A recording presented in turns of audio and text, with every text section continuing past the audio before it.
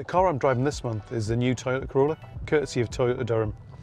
Now, one thing you'll notice about the new Corolla is the styling's totally changed. They've really upped the game with the front. It looks so much more sporty. The slim headlights, because they're LED, just look amazing. And if someone said to you, what was the world's best-selling car, you would think maybe the VW Beetle or the Ford Model T. But the surprising fact is, it's actually the Toyota Corolla.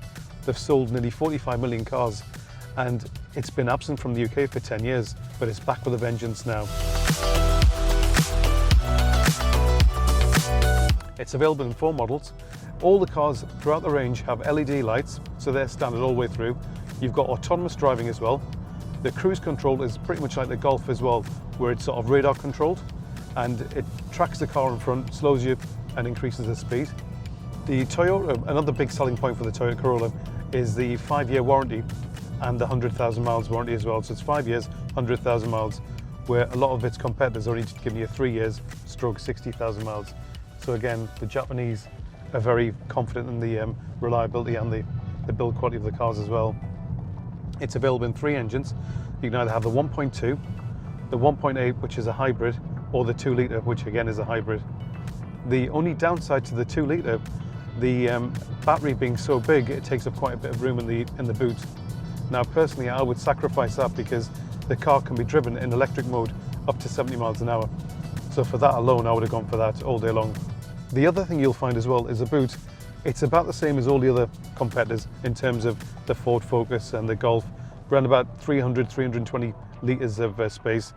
The seats can be dropped down as well, so that's handy. So that helps increase the boot space. What you will find is when you do put the seats down, there's a little lip from the seats to the boot. So that's a little bit of an awkward thing. Now, when you look at the car, it's quite angular at the back, so sort of it slopes a little bit. It's sitting in the back. When you open the doors, it hasn't got a massive opening. So if you're trying to get kids in, it's quite hard, or maybe a baby seat. So that's another thing to bear in mind as well. One thing you will notice with the new Toyota Corolla is the new design. It looks really sporty from the front. The back end's quite big. It's unusual, and it reminds me a little bit of the old Megane, but again, works really well. I personally think in design with the big wheels, and you can also have a 2-tone roof as well. Now, this car actually has 3 driving modes. You've got Eco, which I'm trying to drive in now, so we're trying to use the battery power there. If you flick the button again, you've got Normal, which literally is just normal. The suspension just sets you up for a normal drive, just quite smooth. And then I'll flick it again, and now we're in Sport. Now that basically, it's given the steering wheel a bit more feel, so it's a bit heavier really, if anything, and the engine literally has a bit more of a sporty tone to it as well. The Toyota Corolla starts from £21,000, and the range topping model is on just over 30,000. The cars are really well spec'd, so I wouldn't imagine you have to tick too many boxes on the options list, unlike its German rivals. I hope you've enjoyed this car review.